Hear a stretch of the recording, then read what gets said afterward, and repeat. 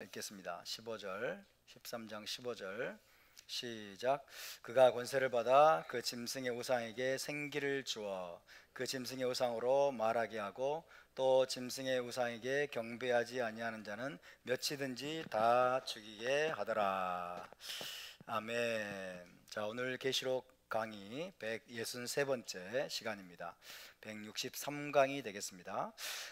지난주에는 짐승의 우상, 이 짐승의 우상이 사람 얼굴 모양의 조각상이라기보다는 이슬람 제국과 칼리프를 상징하는 상징물일 것이라는 점에 대해서 먼저 말씀을 드렸습니다. 이슬람 제국과 칼리프를 상징하는 상징물, 그것은 이슬람의 상징물과 크게 다르지 않을 것입니다. 이슬람의 상징물, 따라서 짐승이나 짐승의 우상에게 경배하는 것은 곧 이슬람 제국과 칼리프의 상징물을 향해서 엎드려 경배하는 것과 같다고 할 수 있겠습니다. 온 세상 사람들이 짐승에게 경배하리라. 짐승에게 경배하리라는 것은 모든 무슬림들이 이슬람 칼리프에게 경배할 것이라는 예언인데요. 그것은 바이야라는 개념으로 설명할 수 있다고 말씀을 드렸죠. 바이야, 해봅시다. 바이야, 바이야. 이 땅에 사는 모든 자들이 짐승에게 경배한다. 이것은 이슬람 제국의 칼리프, 이슬람 제국의 칼리프에게 경배할 것이라는 것인데, 그것이 바로 바이야입니다. 바이야. 바이야, 모든 무슬림들은 칼리프에게 공식적인 충성 맹세를 해야 한다고 그랬죠. 모든 무슬림들은 칼리프에게 공식적인 충성 맹세를 해야 되는데, 그것이 바로 바이야입니다. 바이야. 그런데 이슬람의 바이야는 자기 영혼을 칼리프에게 노예로 파는 것이라고 했습니다. 그 개념이 그래요. 자기 영혼을 칼리프에게 노예로 팔아 넘기는 것을 의미한다고 했습니다. 그러므로 모든 무슬림들은 바이야를 통해서 자기 영혼을 칼리프에게 팔아 넘기고 그의 노예가 되는 것입니다. 그럼으로써 알라에게 자기 영혼을 노예로 팔아 넘기고 알라의 노예가 되는 거죠. 그럼으로써 뭐예요? 사탄의 노예가 되는 거죠. 사탄에게 자기 영혼을 팔고 사탄의 노예가 된다라고 할 수 있겠습니다. 그런 차원에서 보면 바이야는 한마디로 경배다. 바이야는 단순한 충성 맹세가 아니라 바이야는 경배라고 할 수 있습니다. 그래서 바이야를 하는, 칼리프에게 바이야를 하는 모든 무슬림들은 짐승에게 경배하는 것이라고 성경이 말씀하고 있는 것입니다. 지금도 모든 무슬림들은 언제 어디에 있든지 간에 하루에 5번씩 최소 17차례나 이슬람의 상징물을 향해서 엎드려 경배하고 있다고 지난주에 말씀을 드렸습니다. 전 세계에 있는 모든 무슬림들은 하루 5번씩 정해진 시간에 사우디아라비아의 메카를 향해서 구체적으로는 메카에 있는 카바와 블랙스톤을 향해서 엎드려 경배하며 기도를 드립니다. 자, 그림을 보시면 저것이 바로 카바라고 그랬죠. 사우디아라비아 메카에 있는 카바를 향해서, 그리고 카바 저 모퉁이에 뭐가 있죠? 저게 블랙스톤입니다. 카바와 블랙스톤을 향해서 엎드려서 하루에 5번씩, 그리고 한 번 할 때마다 여러 차례, 총 17번 이상씩이나 엎드려 경배하면서 기도를 올립니다. 메카를 향해서 모든 무슬림들이 하루에 5번씩 엎드려 절을 합니다. 그죠? 이게 바로 그들의 우상 숭배죠. 자, 저것이 뭐예요? 블랙스톤입니다. 블랙스톤. 흰 금속으로 된 것에 의해 둘러싸여서 저 안에 지금 블랙스톤이 있는 겁니다. 무슬림들에게 이 카바가 뭘까요? 무슬림들에게 카바는 알라의 집으로 믿어지고 있다고 그랬죠. 알라의 집으로 알려져 있어요. 자, 저 카바는 알라의 집이다. 그래서 카바는 곧 알라를 상징하는 거죠. 카바를 향해서 엎드려 절한다. 알라에게 엎드려 절하는 거예요. 알라에게 엎드려 절하고 알라의 집이 바로 카바다. 그렇게 알려져 있고, 블랙스톤은 뭐예요? 알라에게서 땅으로 떨어진 별, 알라가 보낸 별이다. 그렇게 알려져 있습니다. 원래 처음에 알라에게서 땅으로 떨어진 별로 그렇게 알려져 있습니다. 따라서 카바와 블랙스톤을 향해서 엎드려 절하면서 기도하는 것은 뭐예요? 달과 별을 숭배하는 거죠. 구체적으로는 초승달과 별을 숭배하는 행위라고 할 수 있습니다. 초승달과 별을 숭배하는 초승달과 별을 상징하는 상징물을 향해서 전 세계 무슬림들이 하루에 5번씩 메카를 향해 엎드려 경배합니다. 초승달과 별을 숭배하는 집단이 바로 이슬람이라고 할 수가 있겠습니다. 그리고 메카를 향해서 순례 여행을 떠난 무슬림들은 카바를 몇 바퀴 돈다고 그랬죠? 카바를 7바퀴 돈다고 그랬죠? 얼마나 저 질서정연하게 카바를 향해서 저렇게 있는지 한번 보세요. 대단합니다. 대단하죠. 카바를 7바퀴 돈 다음에 블랙스톤에게 입을 맞추거나 손을 대는 제스처를 합니다. 왜 그렇게 하는 것일까요? 왜 그렇게 하는 것일까요? 카바를 7바퀴 돈 다음에 블랙스톤을 향해서 입을 맞추거나 손을 대는 제스처를 하고, 사람이 너무 많아서 블랙스톤에 가까이 가지 못하면 블랙스톤을 향해서 멀리서 손을 들어서 그쪽을 향해서 손을 가리킵니다. 이게 무슬림들이 하는 행위입니다. 왜 그렇게 하는 것일까? 지난주에 말씀을 드렸지만은 이슬람 전승에 따르면 노아의 홍수로 인해서 블랙스톤을 잃어버렸어요. 노아의 홍수로 인해서 하늘에서 떨어진 블랙스톤을 잃어버렸는데, 그 블랙스톤을 누가 다시 찾았다? 아브라함이 찾았다. 아브라함이 블랙스톤을 다시 찾은 후에 이스마엘을 시켜서 그곳에 새로운 신전, 즉 카바를 짓게 했다. 카바를 짓고 거기에 블랙스톤을 끼워 넣게 했다고 이슬람 전승이 그렇게 이야기를 합니다. 그래서 이슬람 전승은 지금 이 카바의 한 귀퉁이에 블랙스톤이 이렇게 끼워져 있어요. 카바의 한 귀퉁이에 이겁니다. 그죠?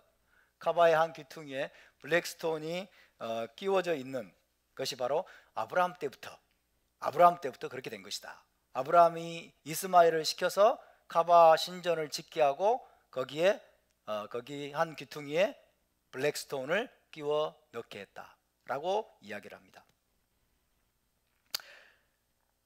그런데 문제가 뭐냐? 문제는 바로 저 블랙스톤입니다. 블랙스톤이 문제입니다. 저 블랙스톤이 단순한 블랙스톤이 아니에요. 단순한 돌멩이가 아니란 얘기입니다. 자, 이제부터 말씀을 드리겠습니다. 무함마드는 블랙스톤을, 잘 안 보입니까?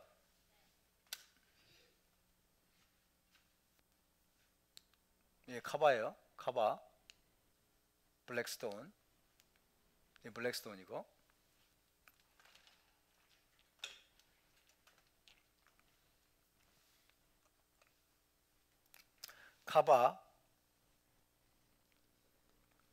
카바는 알라의 집입니다. 그래서 알라 자신을 상징하는 거죠. 알라 자신.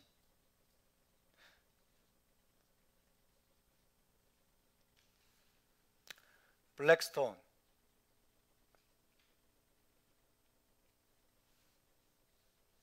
이슬람에서 가장 신성한 2가지가 있다면 카바와 블랙스톤일 겁니다. 가장 신성한 2가지, 카바와 블랙스톤. 자, 블랙스톤에 대해서 무함마드는 뭐라고 말했느냐? 블랙스톤을 무함마드는 야민 알라라고 불렀어요. 야민 알라. 그래서 야민 알라. 야민은 무슨 뜻일까요? 오른손입니다. 그래서 이 말은 알라의 오른손이다. 알라의 오른손. 야민 알라. 무함마드가 이 블랙스톤을 야민 알라라고 불렀습니다. 자, 우리가 믿는 성경에서 하나님의 오른손은 누구일까요? 예수와이십니다. 그죠? 하나님의 오른손, 오른팔과 같은, 그죠? 하나님의 오른손으로 불리는 분이 바로 메시아이십니다. 예수와이십니다. 예수와께 적용되는 용어를 이 무함마드는 블랙스톤에게 적용을 시켰어요. 블랙스톤이 바로 야민 알라다. 블랙스톤이 하나님의 알라의 오른손이다 라고 불렀습니다. 뿐만 아니라 무함마드는 또 이 블랙스톤을 뭐라고 불렀느냐? 쉐키나 영광이라고 불렀습니다. 쉐키나 영광. 쉐키나 영광. 쉐키나 영광 하면 뭐가 생각납니까? 모세의 성막, 솔로몬의 성전이 생각나죠? 모세의 성막과 솔로몬 성전에 구름처럼 충만하게 임한 하나님의 영광, 이것이 쉐키나 영광이죠. 이 쉐키나 영광을 가로채서 무함마드는 블랙스톤에게 지금 적용을 하고 있는 거예요. 블랙스톤이 쉐키나 영광이다, 블랙스톤이 야민 알라다, 그렇게 이야기를 하는 겁니다. 그러니까 이 블랙스톤이 보통 물건이 아닌 거예요. 이슬람 무슬림들에게 있어서 이 블랙스톤은 보통 물건이 아닙니다. 야민 알라, 알라의 오른손, 그리고 쉐키나 영광, 쉐키나 영광 자체로 여겨지는 대단히 신성하고 거룩한 존재인 거죠. 더욱더 심각한 것은 무슬림들이 메카로 하지를 떠납니다. 하지가 뭐라고 그랬어요? 순례라고 그랬죠. 그죠? 이슬람의 5가지 기둥 기억나시죠? 그 중에 하나가 하지라고 했습니다. 메카로 하지를 떠나서 카바를 7바퀴 돈 다음에 블랙스톤에게 다가가서 키스를 하거나 블랙스톤을 만지게 되면 블랙스톤이 죄를 사한다라고 믿고 있습니다. 블랙스톤이 죄를 사한다. 그래서 블랙스톤은 죄를 사하는 능력이 있는 겁니다. 죄를 사하는 능력이 있다. 다시 말하면 블랙스톤이 죄를 사해 주는 겁니다. 블랙스톤이 죄를 사해 주는 거예요. 정말 재밌는 게 뭔지 아세요? 이슬람 전승에 따르면 저 블랙스톤이 원래는 흰색이었대요. 원래는 흰색이었지만은 수많은 사람들의 죄를 사해주는 과정에서, 인간들의 죄로 인해서 검은색으로 변하게 되었다 라고 이야기합니다. 기가 막히죠? 원래는 흰색이었는데 블랙스톤이 죄를 사해주는 거예요. 죄를 사하는 능력이 있어요. 그래서 수많은 인간들의 죄를 사해주다 보니까 이 블랙스톤이 검은색이 되어버린 거예요. 그래서 블랙스톤이 되었다, 이렇게 이야기를 합니다. 누가 죄를 사해줍니까? 하늘에서 떨어진 별이 죄를 사해준다고 믿고 있는 거예요. 하늘에서 떨어진 별은 누구입니까? 루시퍼, 사탄이죠. 사탄입니다. 그죠? 그래서 여러분, 한마디로 말하면 이슬람은 블랙스톤을 누구의 위치로 올려놨다? 예슈아의 위치로 올려놨습니다. 블랙스톤을 예슈아의 위치로 격상을 시키고 예슈아의 위치로 높여서 블랙스톤을 숭배하고 있다고 할 수 있습니다. 블랙스톤이 야민 알라, 알라의 오른손이고, 블랙스톤이 쉐키나 영광이고, 블랙스톤이 죄를 사해주는 능력을 가진 존재예요. 하늘에서 떨어진 별로서, 그죠? 알라가 보낸 별로서 죄를 사해주는 능력이 있습니다. 그래서 블랙스톤에게 입을 맞추고 그 다음에 블랙스톤을 만지려고 늘 난리 법석을 피우는 겁니다. 제사함 받으려고. 이것이 바로 이슬람의 실체입니다. 이것이 바로 이슬람의 실체예요. 지금 모든 무슬림들이 어디를 향해서 엎드려 절을 하고, 또 메카로 하지를 떠나서 무엇을 7바퀴 돌며 마지막에는 어디에 키스를 하며 제사함 받으려고 하는지가 이슬람의 이 사탄적인 본질을 드러내 보여주는 것입니다. 이슬람의 가장 중요한 상징물 2가지가 바로 이 메카에 있는 카바, 그리고 블랙스톤. 카바와 블랙스톤, 이 2가지인데 그것을 향해서 하루 5번씩 엎드려 절하며 기도하고 그것에 입맞춤으로써 죄사함을 얻을 수 있다고 믿는 사탄적인 종교가 바로 이슬람이라고 할 수가 있겠습니다. 이슬람에서 카바와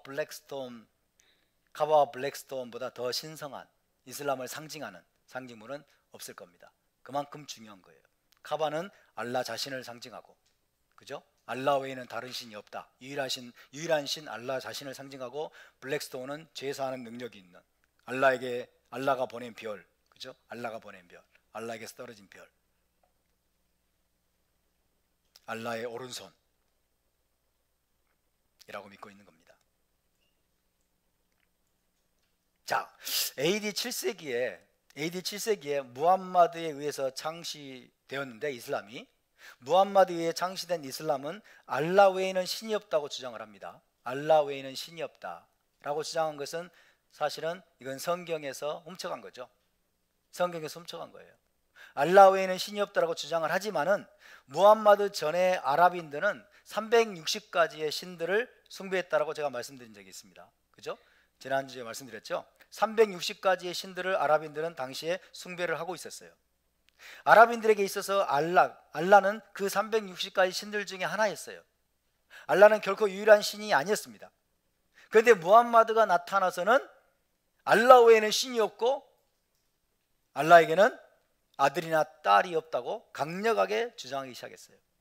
알라에게는 신이 없고 알라 외에는 신이 없고 알라에게는 아들이나 딸이 없다라고 강력하게 주장을 했어요.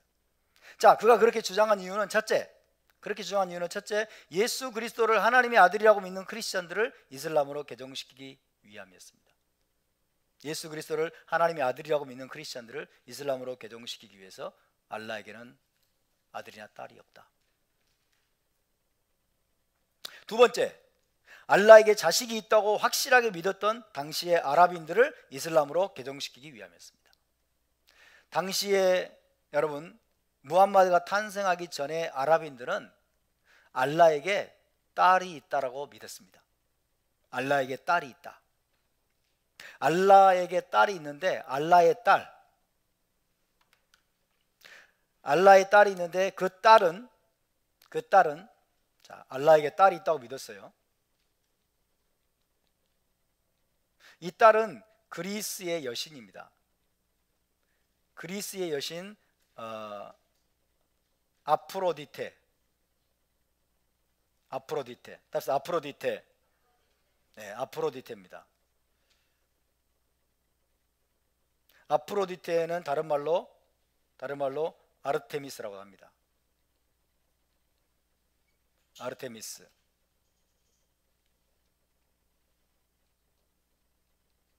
아르테미스는 로마 시대에는 이름이 바뀝니다. 다이애나.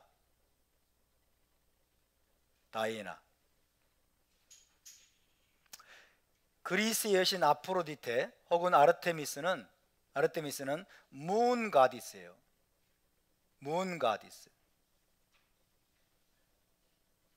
달의 여신. 알라가 무슨 신이라고 그랬어요? 달신이라고 그랬죠? 알라는 문가시고 아프로디테는 문가디스예요. 알라의 딸입니다. 알라에게 딸이 있다고 아랍인들은 믿었어요. 그게 아프로디테고 아르테미스 혹은 로마식으로 말하면 다이애나입니다. 다이애나. 이 아프로디테 아르테미스가 이제 아랍어로 넘어오면 아랍어로 어떻게 되냐면 알라의 여성형이 됩니다. 알라의 여성형 알라트입니다. 그래서 알라트가 바로 아랍어로 알라의 딸을 가리키는 여신, 문가디스의 이름이에요. 문가디스, 알라트.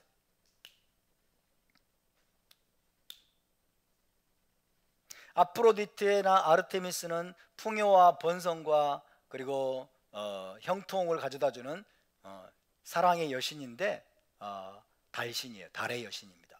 달의 여신. 알라에게 딸이 있다라고 당시의 아랍인들은 믿었습니다.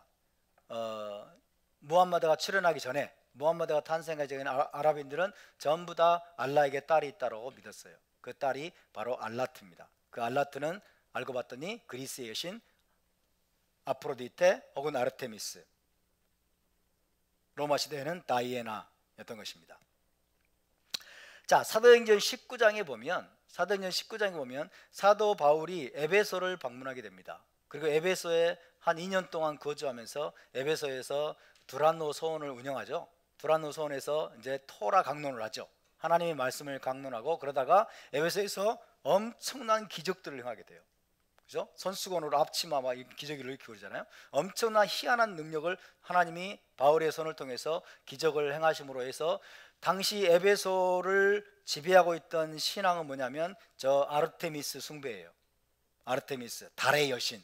달의 여신 아르테미스를 숭배하고 있던 것이 이 에베소의 주된 종교였습니다. 그래서 근데 이 바울이 희한한 능력을 통해서 수많은 아르테미스 숭배자들을 예수 앞에 돌아오게 만드는 거죠. 그러니까 아르테미스 이 조각상을 만들어서 판매하고 있던 이 판매상들, 조각상들에게 이들이 비상이 걸릴 거예요. 자기 수입에 심각한 이제 막대한 피해가 오게 된 거죠. 그래서 에베소 전체에 소동을 일으켜서 바울 일행을 체포하거나 혹은 쫓아내려고 소동을 일으키게 됩니다. 자, 그런 내용이 있는데 19장 사도행전 19장 한번 찾아봅시다. 사도행전 19장 자신들의 수입에 심각한 타격을 입은 아르테미스 우상업자들, 조각을 만들어 가지고 팔던 우상업자들이 이제 에베소 주민들을 격동하게 되죠. 사도행전 19장 다 읽을 수는 없고 26절부터 28절을 읽습니다. 19장 26절에서 28절 시작. 이 바울이 에베소뿐 아니라 거의 전 아시아를 통하여 수많은 사람을 권유하여 말하되 사람의 손으로 만든 것들은 신이 아니라 하니 이는 그들도 보고 들은 것이라. 우리의 이 영업이 천하해질 위험이 있을 뿐 아니라 큰 여신 아데미의 신전도 무시당하게 되고 온 아시아와 천하가 위하는 그의 위엄도 떨어질까 하노라 하더라. 그들이 이 말을 듣고 분노가 가득하여 외쳐 이르되 크다 에베소 사람의 아데미여 하니. 네, 큰 여신 아데미라고 하죠. 큰 여신 아데미. 그리고 에베소 사람들이 크다 에베소 사람의 아데미여. 아데미가 아르테미스예요. 아르테미스, 아데미가 아르테미스입니다. 크다 에베소 사람의 아르테미스여 이런 거죠. 이 아르테미스가 뭐라고요? 문가디스, 달의 여신입니다. 달의 여신 아르테미스. 그 아르테미스를 향해서 큰 여신 아르테미스라고 부르고 있고, 그 다음에 크다 에베소 사람의 아르테미스여라고 지금 외치고 있습니다. 오늘날 무슬림들이 역시 문가 달신인 알라를 향해서 뭐라고 외칩니까? 알라후 아크바르 외친다고 그랬죠. 알라후 아크바르, 알라는 위대하다, 그죠? 알라는 위대하다. 크다 알라요, 이 말하고 똑같아요. 크다 알라요, 알라는 위대하다라고 외치는 것과 지금 거의 비슷하죠, 그죠? 크다 아르테미스의 여신, 아니 에베소의 여신 아르테미스여. 상당히 지금 비슷한 모습을 보여주고 있죠. 19장 34절로 가보겠습니다. 19장 34절에서 35절 34절에서 35절 시작. 그들은 그가 유대인인 줄 알고 다 한 소리로 외쳐 이르되 크다 에베소 사람의 아데미여 하기를 2시간이나 하더니 서기장이 무리를 진정시키고 이르되 에베소 사람들아, 에베소 시가 큰 아데미와 제우스에게서 내려온 우상의 신전지기가 된 줄을 누가 알지 못하겠느냐, 이렇게 돼 있어요. 자, 여기서도 크다 에베소 사람의 아르테미스여 알라후 아크발 하는 무슬림들처럼 이렇게 외치기를 2시간 동안이나 외쳤다는 거죠.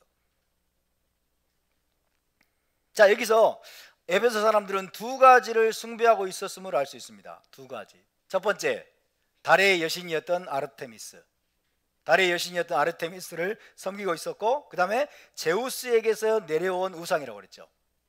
제우스에게서 내려온 혹은 떨어진, 하늘에서 떨어진 우상, 형상, 제우스에게서 내려온 우상, 이 두 가지를 섬기고 있는 거예요. 달의 여신 아르테미스, 그 다음에 제우스에게서 떨어진, 내려온 우상. 이슬람과 거의 비슷하죠.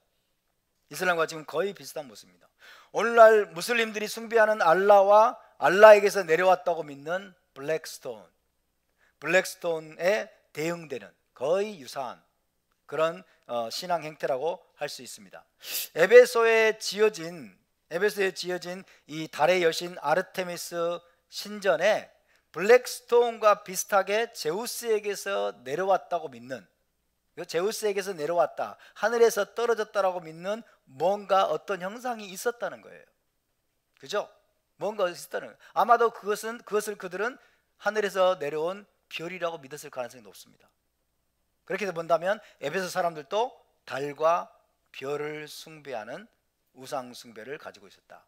우상의 종교, 그죠? 달과 별의 우상 숭배 행위에 빠져 있었다. 달을 숭배하고 별을 숭배하는 우상 숭배 행위에 빠져 있었고, 마찬가지로 그것을 그 전승이 후대로 내려오고 퍼져가지고 이슬람으로까지 이어지게 되었다 라고 이야기할 수 있지 않을까, 그렇게 생각이 듭니다. 에베소 사람들 아르테미스와 하늘에서 떨어진, 제우스에게서 내려왔다고 믿는 어떤 형상, 아마도 별일 겁니다. 하늘에서 떨어진 별, 그죠? 그것을 믿고 그것을 숭배하고 있었고, 오늘날 이슬람은 알라, 달신, 여전히 달신, 문가, 달신인 알라를 숭배하고, 그 다음에 알라에게서 내려왔다고 하는 블랙스톤, 하늘에서 떨어진 별을 지금 숭배하고 있는 그런 종교라고 할 수가 있겠죠.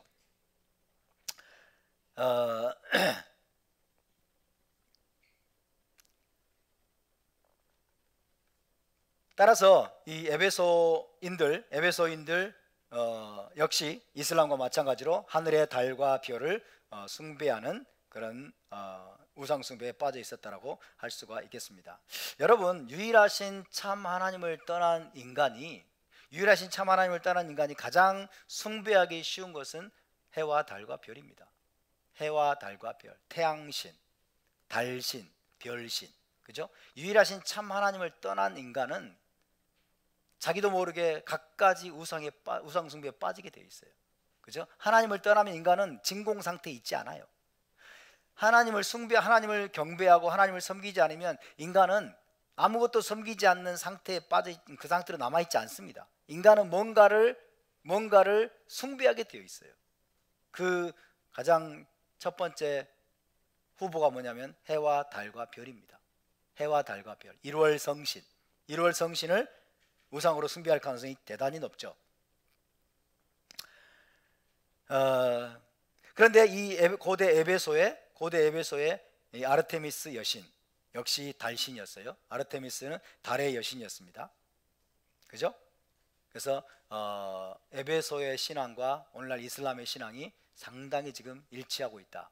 이슬람이 믿고 있는, 아랍인들이 믿었던 이 알라를 믿는 신앙과 또 블랙스톤, 하늘에서 떨어졌다고 믿는 이 별을 숭배하는 그 신앙이 에베소에서부터, 아니 그 이전에 머나먼 그리스 시대 때부터, 그죠? 계속해서 물려져 내려와 가지고 계승되고 그래서 오늘날에까지 이어지고 있지 않나, 그렇게 우리가 추정을 해볼 수 있는 대목입니다.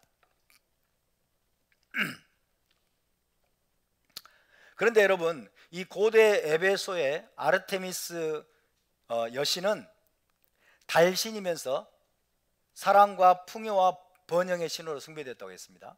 달신이면서, 달의 여신이면서 사랑과 풍요와 번영의 여신이다. 그래서 이 아르테미스를 잘 섬기면은 풍요를 가져다주고 그 다음에 번영을 가져다주는 그런 신으로 믿어졌던 거죠.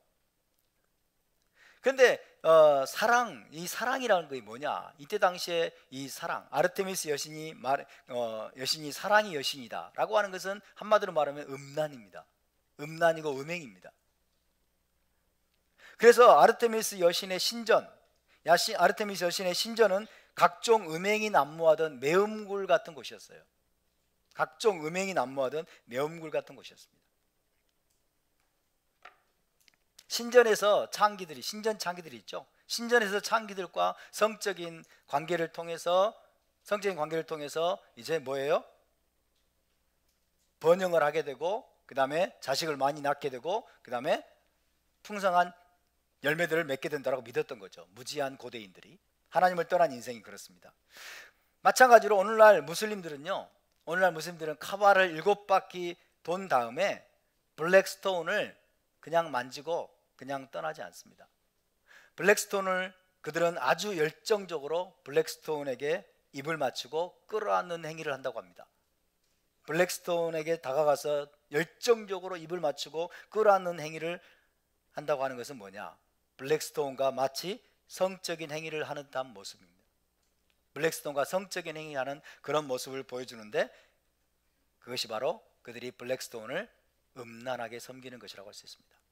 블랙스톤을 음란히 섬기는. 그런 행위라고 할 수가 있겠습니다. 그래서 이슬람은요, 영적으로나 육적으로나 대단히 음란한 종교다. 그리고 하나님을 떠난 인생은, 그리고 하나님 이외의 다른 우상들을 숭배하는 거의 모든 종교들은 특징이 뭐냐면 음행입니다. 특징은 음란입니다. 전부 그래요. 신천지도 마찬가지고 통일교도 마찬가지고 그 다음에 JMS도 마찬가지예요. 깊이 들어가면 교주와의 음행, 음란, 음행과 음란을 정당화하는 교리들 다 만들어 놓고 있어요. 고대 시대 때도 마찬가지였어요. 이슬람도 마찬가지입니다. 블랙스톤에게 왜 입을 맞춰요? 그냥 입 맞추는 게 아니에요. 그냥 열정을 입을 맞추고 끌어안고, 여러분 마치 블랙스톤과 어떤 성적인 행위를 하는 듯한 그런 모습을 보이는 거예요.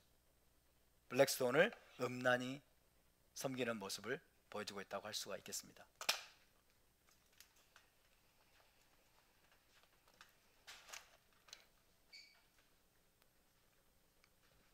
써야 되는데 또 이걸 치워버렸네.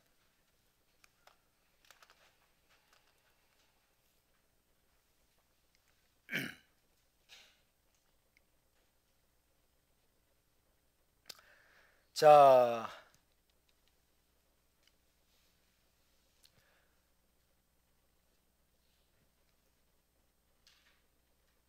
보세요. 다음 그림을 보시면, 자, 블랙스톤에게 저렇게 가까이 다가가서 입을 맞추고 그 다음에 만지려고 난리를 치고 있죠. 네. 저런 모습입니다. 자, 오늘은 15절 말씀을 다시 한번 읽겠습니다. 13장 15절 말씀 시작. 그가 권세를 받아 그 짐승의 우상에게 생기를 주어 그 짐승의 우상으로 말하게 하고 또 짐승의 우상에게 경배하지 아니하는 자는 몇이든지 다 죽이게 하더라.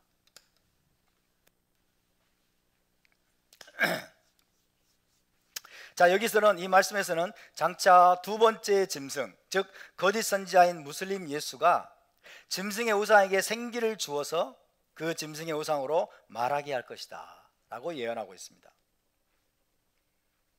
거짓 선지자 무슬림 예수가 짐승의 우상에게 생기를 주어서 그 짐승의 우상으로 말하게 할 것이다. 이것은 무엇을 의미하는 것일까? 이슬람 종말론을 보면 그와 유사한 내용이 언급이 되고 있습니다. 뭐냐? 말씀드릴게요.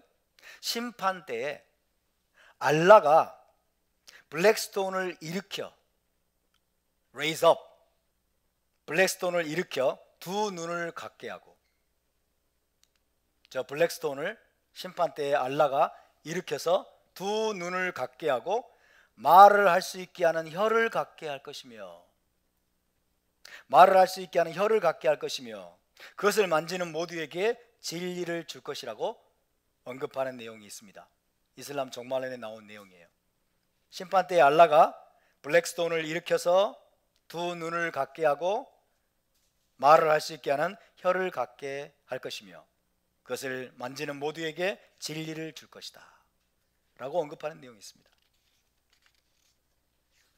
따라서 우리는 짐승의 우상, 즉 이슬람 제국과 칼리프를 상징하는 상징물이 짐승의 우상이에요. 짐승의 우상. 짐승의 우상이 뭐라고 그랬어요? 이슬람 제국과 칼리프의 상징물이라고 그랬죠. 자, 이슬람 제국과 칼리프를 상징하는 상징물이 뭘까요? 초승달과 별도 될 수 있겠죠. 초승달과 별도 이슬람의 상징물이에요. 그죠? 그것뿐만 아니라 카바, 블랙스톤. 자, 짐승의 우상, 짐승을 상징하는 상징물, 그 중에 이 짐승을 상징하는 상징물 가운데 가장 유력한 후보가 바로 블랙스톤이라고 할 수 있습니다. 블랙스톤이 짐승의 우상, 그죠? 짐승을 상징하는 상징물이라고 거기에 포함될 것이라고 우리가 추측할 수 있겠죠. 초승달과 별, 그리고 카바, 그리고 블랙스톤, 이것들은 이슬람을 상징하는 가장 중요하고 두드러진 상징물인데 아마도 칼리프가 출현하게 되면 그것들은 전부 다 이슬람 제국과 칼리프의 상징물로 사용이 될 것입니다.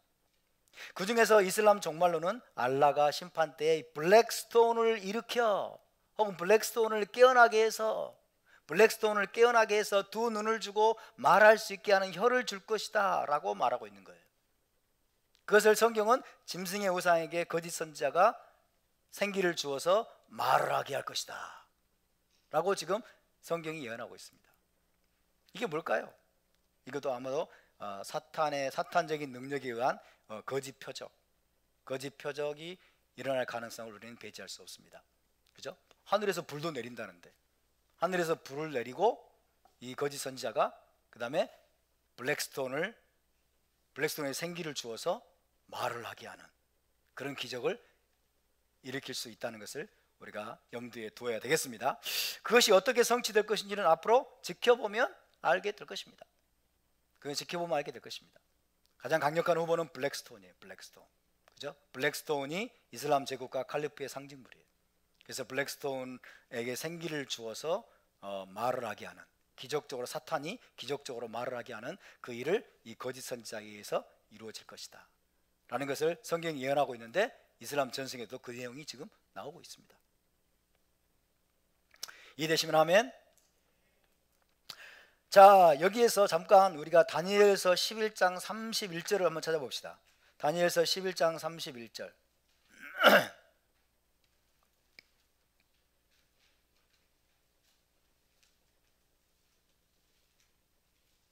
다니엘서 11장은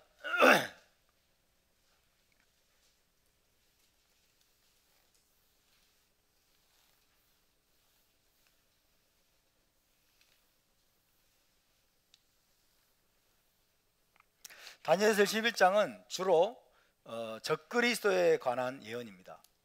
다니엘서 11장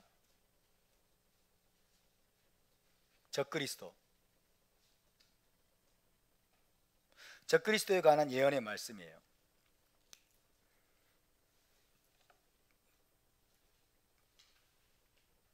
이 적그리스도가 과거에는 누구였습니까? 안티오쿠스였죠. 안티오쿠스 에피파네스.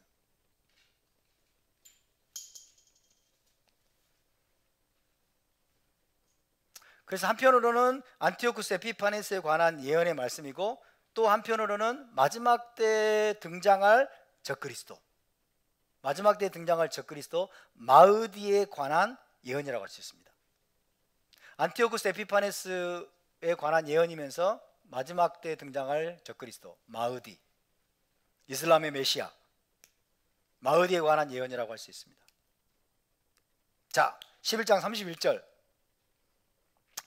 함께 있습니다. 시작. 군대는 그의 편에 서서 성소 곧 견고한 것을 더럽히며 매일 드리는 제사를 폐하며 멸망하게 하는 가증한 것을 세울 것이며.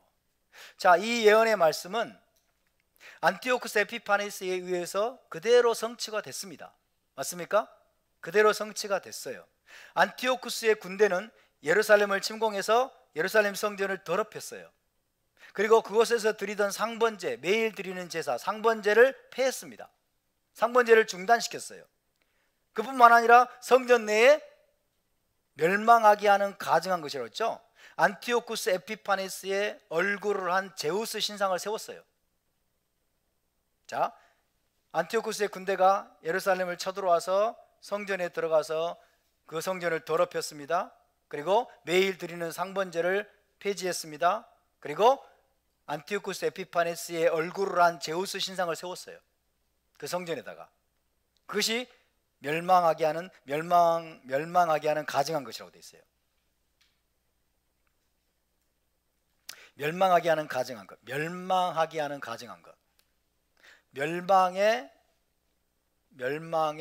가증한 것. 멸망에 가증한 것. 영어로는요, abomination of desolation 이렇게 번역이 됩니다.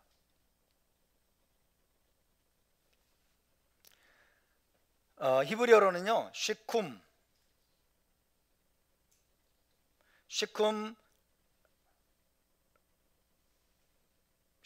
메쇼멤 이렇게 되죠.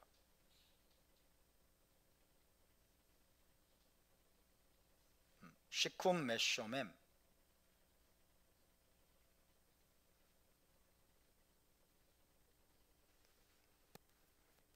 멸망에 가증한 것. 풀어서 설명을 해보면 파멸을 가져오는 혐오스러운 것, 혐오스러운 물건, 이렇게 할 수 있습니다. 파멸을 가져오는 혐오스러운 물건, 한마디로 말하면 우상입니다. 우상. 안티오쿠스 에피파네스가 예루살렘 성전에 들어가서 성전을 더럽히고 그 다음에 상번제를 중단시키고 그런 다음에 혐오스러운 우상을 세웠어요. 파멸을 가져오는 물건, 혐오스러운 물건. 그것이 바로 자기 얼굴을 한 제우스 신상이었어요. 제우스 신상. 시쿰 메쇼멤이라고 합니다. 시쿰 메쇼멤. 그런데 여러분, 다니엘서 11장 31절의 예언은 안티오쿠스에 의해서 분명히 성취가 됐지만 안티오쿠스에서 성취가 된 것으로 끝나지 않고 나중에 반복되어서 또 성취가 된다는 것을 기억해야 돼요.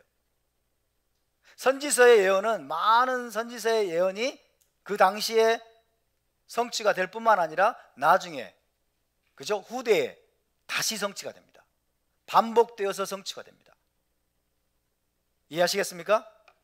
그것을 우리가 기억해야 돼요. 안티오쿠스에서 분명히 저 예언은 성취가 됐습니다. 성취가 됐어요. 그때가 바로 마카비 시대죠. 그죠? 분명히 성취가 됐지만 그 한 번의 성취로 끝나지 않고 반복해서 후대에 또 성취가 된다 라는 것을 우리가 기억해야 돼요. 이제 마태복음 24장으로 가봅시다. 마태복음 24장에서 예수와께서 멸망에 가증한 것을 또 이야기합니다. 다니엘 선지자가 이야기한 멸망에 가증한 것 또 말씀하세요. 마태복음 24장 15절에서 22절. 마태복음 24장 15절에서 22절. 15절 22절을 한번 읽어보겠습니다. 천천히 한 절씩 교독을 해볼까요? 15절에서 22절을 교독합니다. 제가 15절을 읽습니다. 그러므로 너희가 선지자 다니엘이 말한 바 멸망에 가증한 것이 거룩한 곳에 선 것을 보거든 읽는 자는 깨달을진저. 잠깐만, 너희가 선지자 다니엘이 말한 바 멸망에 가증한 것이 거룩한 곳에 선 것을 보거든. 예수와께서 이 말씀을 하시는 당시에는 멸망에 가증한 것이 섰다 안 섰다? 그러면 나중에 설 날이 있을 것이다 없을 것이다?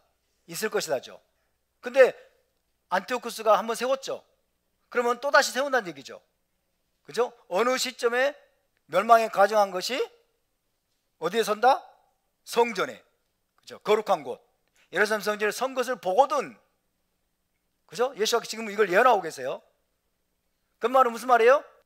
다니엘서 11장에서 안티오쿠스에서 성취된 그 예언이 또다시 반복될 것이다.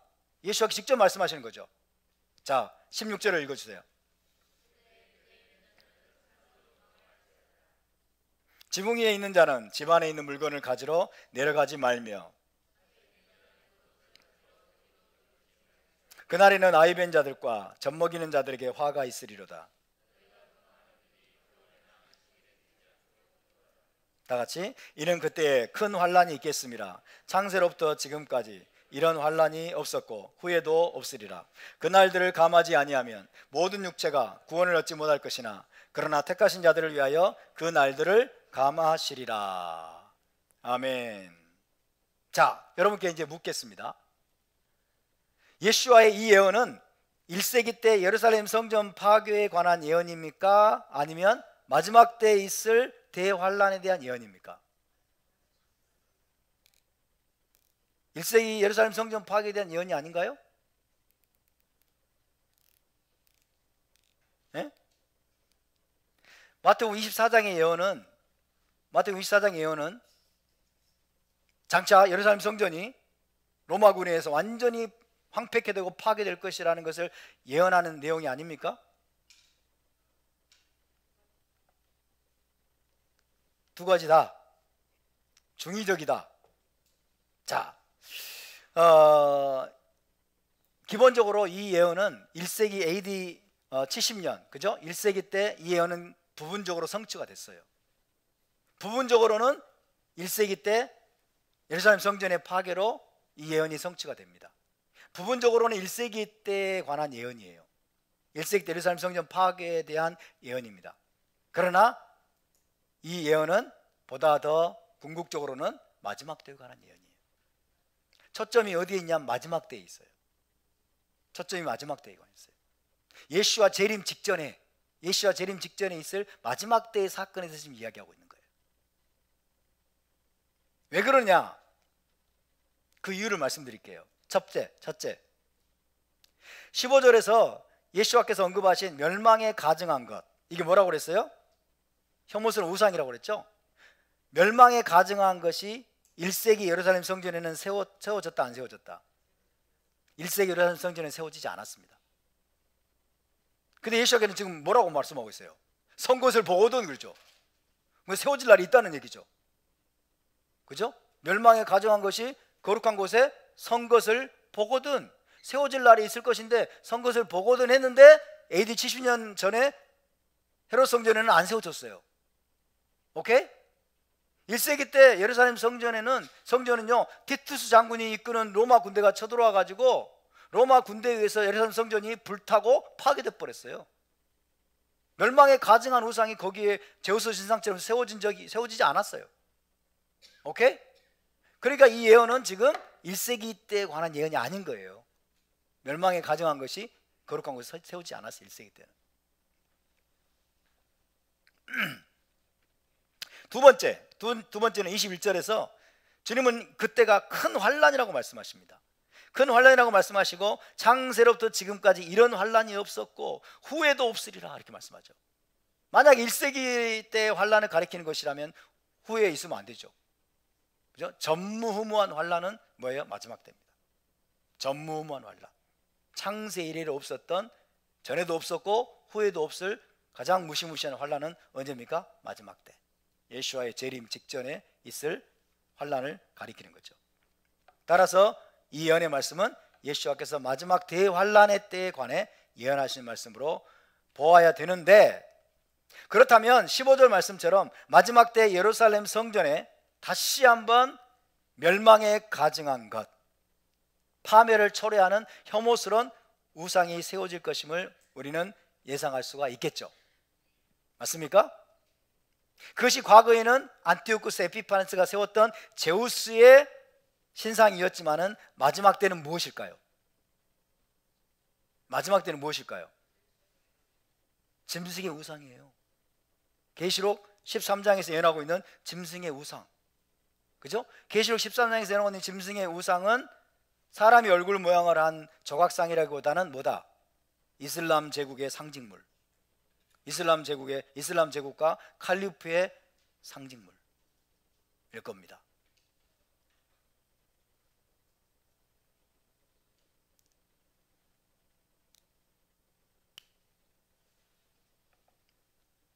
이슬람 제국과 칼리프를 상징하는 상징물이 예루살렘 성전에 세워질 것이라는 의미예요. 예루살렘 성전 세워질 것이다. 자, 언제 그런 일이 일어날까? 이슬람 제국이 등장하고 재건되고 칼리프인 마흐디가 이제 권좌에 오르고, 그러면 이제 얼마 후에 하는 행동이 뭘까요? 이스라엘과 7년간의 거짓 평화 조약을 체결하겠죠. 거짓 평화 조약을 체결하고 그로부터 3년 반 후에 그 조약을 깨뜨리고 기습적으로 이스라엘을 침공할 겁니다. 기습적으로 이스라엘을 침공하고 이제 예루살렘 성전을 점령하겠죠.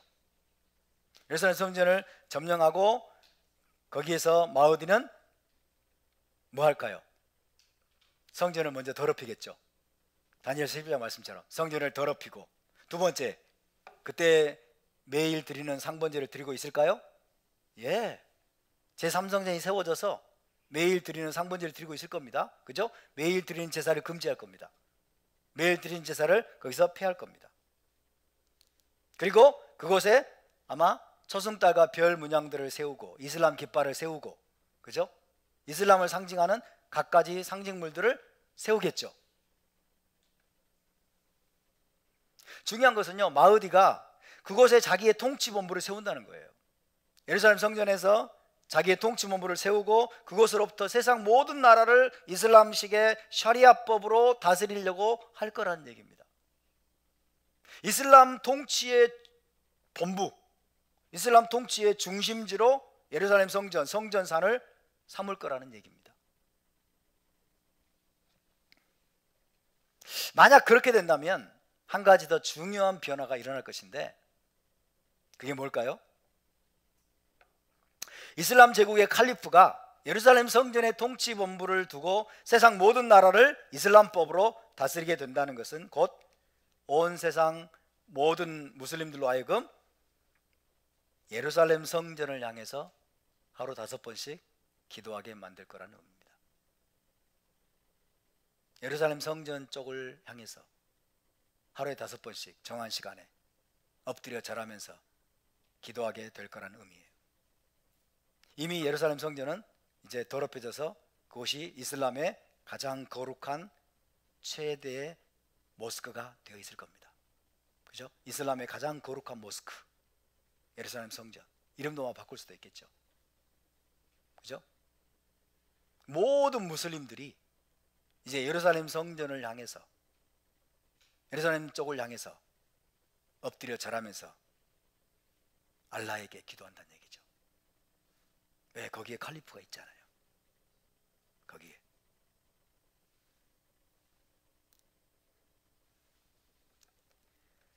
따라서 이슬람 종교에서 가장 중요한 변화라는 것은 이슬람 종교의 중심지가 메카에서 예루살렘으로 바뀌게 된다는 겁니다. 메카에서 예루살렘으로 이슬람 종교의 중심지가 바뀌게 된다. 그렇다면 그것은 또 무엇을 의미하는 것일까요? 지금 메카에 있는 이슬람의 가장 중요한 상징물인 카바와 블랙스톤이 예루살렘 성전으로 옮겨지게 될 거라는 의미입니다. 놀랍죠?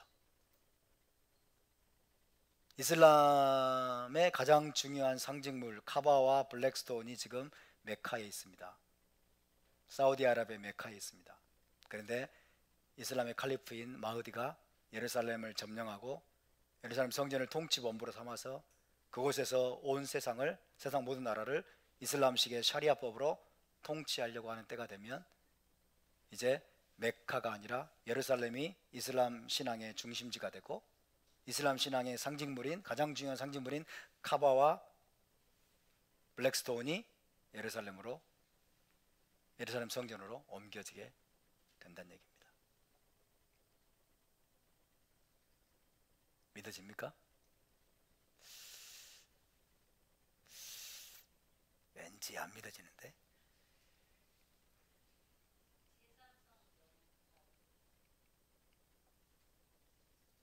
제3성전은 더럽혀졌다니까요. 제3성전은 더럽혀지고 거기서 드리는 상번제 금지한다니. 그리고 거기가 모스크처럼 변화된다니까요. 모스크처럼 바꾸겠죠. 더럽히고.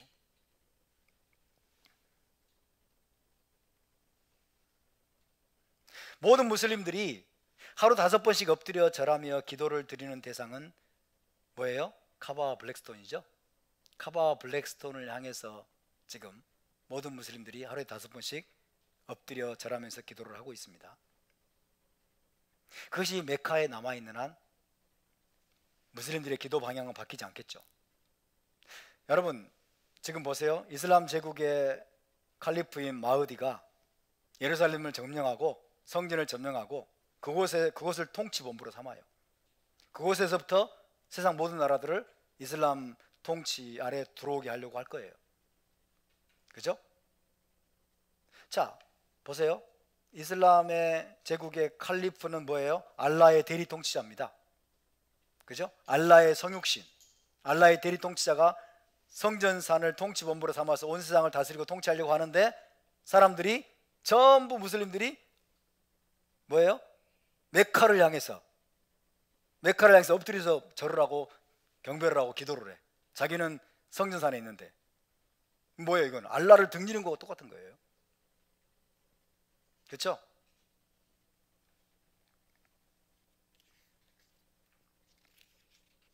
그래서 마지막 때 마흐디가 예루살렘을 침공을 하고 예루살렘 성전을 점령한 뒤에는 메카에 있는 카바와 블랙스톤을 예루살렘 성전으로 옮겨올 겁니다. 옮겨올 겁니다. 그렇기 때문에 그때부터는 마흐디의 명령에 따라서, 이제 마흐디가 곧 살아있는 알라와 같아요. 그죠? 눈에 이 땅에 나타난 알라와 같아요. 마흐디 명령에 따라서 모든 무슬림들이 하루 5번씩 정한 시간에 이제는 메카가 아니라 예루살렘 성전에 있는 카바와 블랙스톤을 향해서 엎드려 절하면서 기도를 드리게 될 겁니다. 재밌죠? 안 믿어지죠? 안 믿어지죠? AD 7세기부터 지금 1300년 이상을 메카를 향해서 모든 무슬림들이 기도를 하고 절을 하고 그렇게 왔는데 설마 그런 일이 일어날까요? 안 믿어지죠? 믿거나 말거나. 여러분이 믿느냐 안 믿느냐는 중요한 게 아니에요. 이것이 바로 사탄이 꾸며놓은 정말 무서운 음모입니다. 사탄이 꾸며놓은 정말 무서운 음모예요.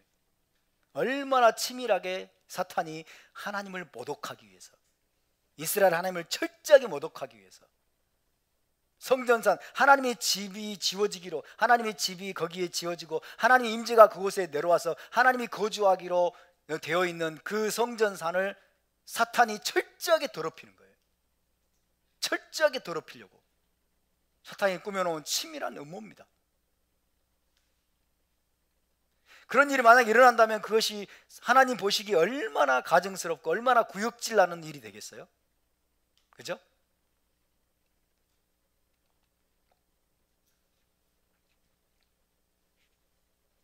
하나님께서 거하실 집으로 재건된 예루살렘 성전이, 제3성전이 마흐디에게 점령당하고 그것도 모자라서 그곳에 가증한 우상의 상징물, 짐승의 우상이 세워지는 거예요. 그게 짐승의 우상, 짐승의 상징물이에요.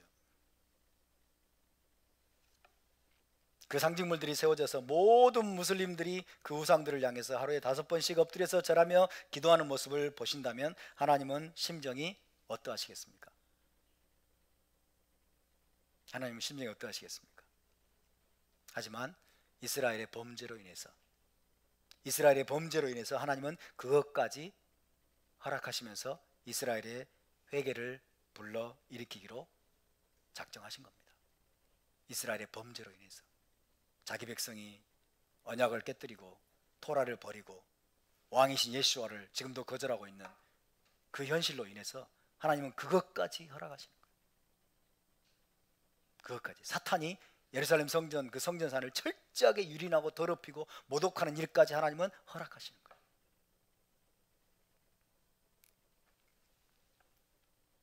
유대인들이 그런 모욕과 핍박을 당하고 수많은 사람들이 학살을 당하게 될 때 그들은 이스라엘 하나님께 부르짖게 될 것이고, 그때 예수와의 계시가 그들에게 열려져서 통곡하며 회개하게 되리라는 것이 선지자들의 예언입니다. 우리는 그날이 속히 오도록 기도해야 될 줄로 믿습니다. 많은 유대인들이 그때가 되기 전에라도 많은 유대인들이 회개하고 예수와께 돌아올 수 있도록, 언약의 토라로 돌아올 수 있도록 저와 여러분이 부지런히 기도해야 될 줄로 믿습니다.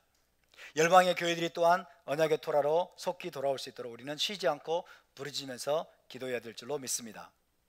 아멘. 오늘 설교는 여러분이 상당히 좀 잘 믿지 못하는 그런 분위기입니다. 설마 그런 일이 일어날까? 왜 그런 일이 일어날 것인지는 다음 주에 말씀드리겠습니다. 다음 주를 기대해 주시기 바랍니다. 무슨 스펙타클한 흥미진진한 대화 드라마 같네. 그러나 왜 그렇게 될 것인지 성경을 근거로 해서 제가 여러분께 말씀을 드리겠습니다. 아멘. 자, 오늘은 여기까지 나누겠습니다. 우리 함께 기도합시다. 오늘 이 시간에는 먼저는 무슬림들을 위해서 기도하면 좋겠습니다. 지금도 정말 이 거짓된 교리, 거짓된 신앙, 잘못된 사상과 이념체계에 붙잡혀 있는 무슬림들의 영혼을 위해서 기도합시다. 전 세계 19억의 무슬림들, 주님 그들을 찾아가 주시고 그들의 눈을 열어주시고 그들이 참된 진리 가운데로, 이스라엘 하나님 여호와께로, 예수와께로 돌아오도록 기도하고, 더불어서 유대인들을 위해서 기도하고, 또 열방의 교회를 위해서 함께 우리가 시간 기도하기를 원합니다. 다 같이 자리에서 일어나서 함께 기도하겠습니다.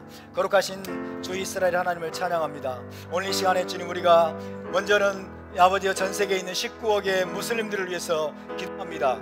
거짓과 잘못된 교리에 묶여있는 아버지여 그 불쌍한 영혼들을 주님 긍휼히 여겨주시기를 원합니다. 지금도 이슬람의 거짓 교리에 속아서 묶여있고 쇠사슬에 결박되어 있는 그들의 영혼이 지금 아버지여 거짓에 묶여있는 그 실상으로 인하여 우리가 가슴 아파하고 무슬림들을 위해서 우리가 기도합니다. 우리가 이슬람의 교리에 대해서는 분명하게 대적하고 이슬람의 교리를 우리가 분명히 아버지 반대하지만은, 그러나 우리가 무슬림들을 미워하는 방향으로 나가지 않도록 도와주시옵소서. 무슬림들을 아버지 긍휼히 여기고 그들에게 참된 복음을 전하는 무리들이 많이 일어나게 도와주시기를 원합니다. 그 강팍한 마음들, 거짓된 교리에 붙잡혀 있는 주님, 그들에게 빛을 아버지 빛을 보내주시옵시고, 주님 빛을 들고 이 무슬림들에게 복음을 전하는 이들에게 오늘도 힘과 능력을 더하여 주시옵소서. 지혜와 명철을 더하여 주시옵시고, 하나님의 초자연적인 권능과 아버지 그분의 당신의 역사로 말미암아 수많은 무슬림들이 참된 진리 가운데 돌아오게 하시고 이스라엘 하나님께로 돌아오게 하시며 우리 주 예수와께 돌아오는 기적적인 일이 일어나게 도와주시옵소서. 주님, 그들이 거짓에서 놓여나서 아버지여 알라가 아니라 이제는 이스라엘 하나님 위해서 목숨을 버리는 수많은 순교자들이 또 나올 수 있도록 더욱더 큰 은혜를 베풀어 주시옵소서. 오늘 이 시간 우리가 유대인들을 위해 기도합니다. 아버지여 열방의 교회들을 위해 기도합니다. 주님, 언약의 토라로 돌아오고 주님, 그들이 다시 한번 아버지여 참되신 하나님께로 돌아와서 언약의 신실한 삶을 살게 도와주시고, 열방의 교회가 언약의 토라로 돌아와서 회개하고 주님 토라에 순종하는 삶을 살도록 도와주시옵소서. 모든 유대인 공동체가 아버지 그날이 오기 전에라도 주 예수와를 그들의 메시아로 영접하고 그들의 왕으로 영접하는 일들이 속히 일어날 수 있도록 더욱더 큰 은혜를 주님 부어주시옵소서. 감사와 찬양을 드리며 거룩하신 주 예수와 이름으로 기도하옵나이다. 아멘. 제사장의 축복 기도로 모든 순서를 마치겠습니다. 예바레케카 아도나이 베이시메레카 야엘 아도나이 바나벨레카 비후네카 이사 아도나이 바나벨레카 베야셈레카 샬롬. 여호와는 내게 복을 주시고 너를 지키시기를 원하며, 여호와는 그의 얼굴을 내게 비추사 은혜 베푸시기를 원하며, 여호와는 그 얼굴을 내게로 향하여 드사 평강 주시기를 원하노라. 베셈 예슈와 메시케이누 사르 하샬롬. 할렐루야. 우리 하나님께 영광의 박수를 드리겠습니다.